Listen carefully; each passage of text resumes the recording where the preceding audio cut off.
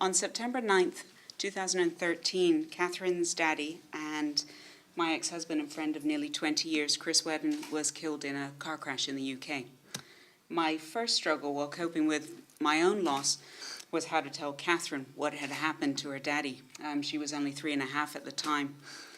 I knew that I had to be as direct as possible, avoiding any phrases such as, he's gone to sleep or he's gone away, because you have to be direct. You have to use the words, he's died, he's dead. So during those first few months, we had to find our own way through it with the help of friends and family. 3 months after Chris died, a former student of mine, Malik Weeks, was actually killed in a bike crash as well, leaving a young daughter similar age to Catherine. And I actually worked with his mum, Terry Weeks, at Clearwater, and taught all 3 of the children as well.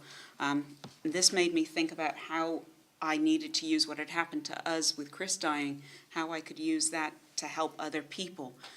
But at that time, it was still too raw for us. I couldn't make my way through that. Shortly after that, or about the same time, my mum was diagnosed with cancer. And this meant that Catherine and I had to make several trips to the UK to visit her. And on one of those trips in July 2013, I met PC Phil Hanham of the Thames Valley Police. And he was the family liaison officer connected to Chris's crash. And he was actually on site as soon as the crash happened. He was there with Chris before they got him out of the car. And he also helped Chris's parents through the court case and the investigation. So he was quite close to us. He actually was the person who gave us the books. And when I got them, I was like, wow, something like this actually exists, because up till then I had absolutely nothing to help me with her. So I was so excited that these books actually existed. There are many reasons why I'm such a fan of the books. They are really colorful. They give children a chance to write things in there. There's a space for them to put the pictures. There's a space for them to write their favorite memories, to keep them alive. But they're also very, very realistic without them being too graphic. One of the things that we came across was that Catherine was very curious, as all children this age are. She had an awful lot of questions about what happened to Chris, very hard questions. And this book gave us something that we could read through together. And there's also a guidebook that goes along with it for parents. For me, this was the concrete resource that was missing during our first few weeks and months, and I knew that this was the thing that I had to have something good turn out of Chris's loss, and this was it. Once I realized that we could use this in Bermuda, I had to find funding for it, for the cost of the books and for the shipping.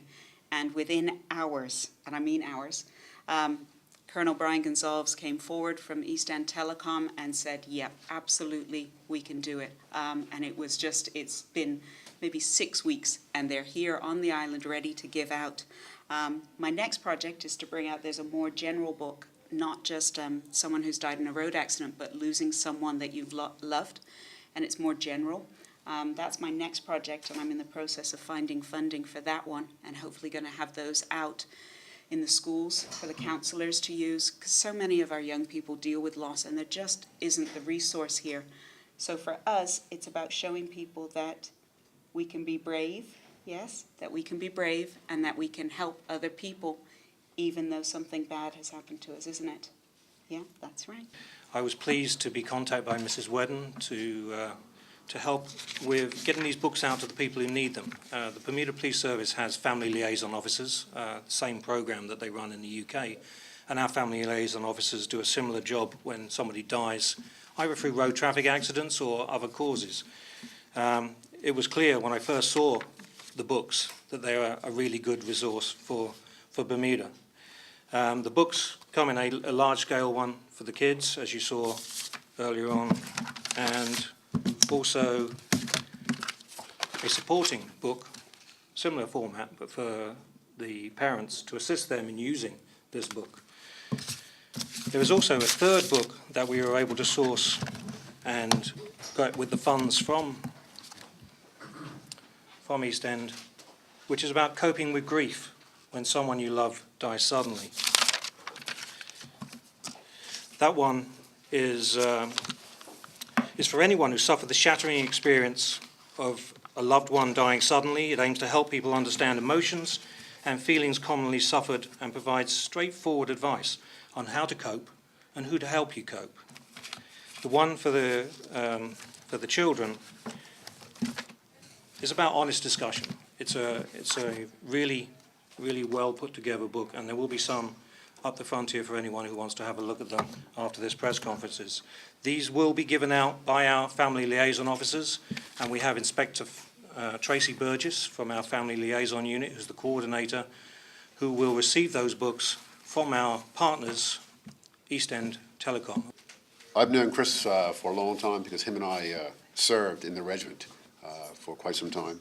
And certainly I was the commanding officer when Chris unfortunately passed away well too early. So when Sarah approached us about this initiative, it really was a no-brainer for us to get behind it and support it. And certainly during Chris's time as a sergeant in the police force, he was also well known to the partners at East End Telecom. So again, it was a no-brainer for us to support, and as far as I was concerned, it's the least we can do in his memory.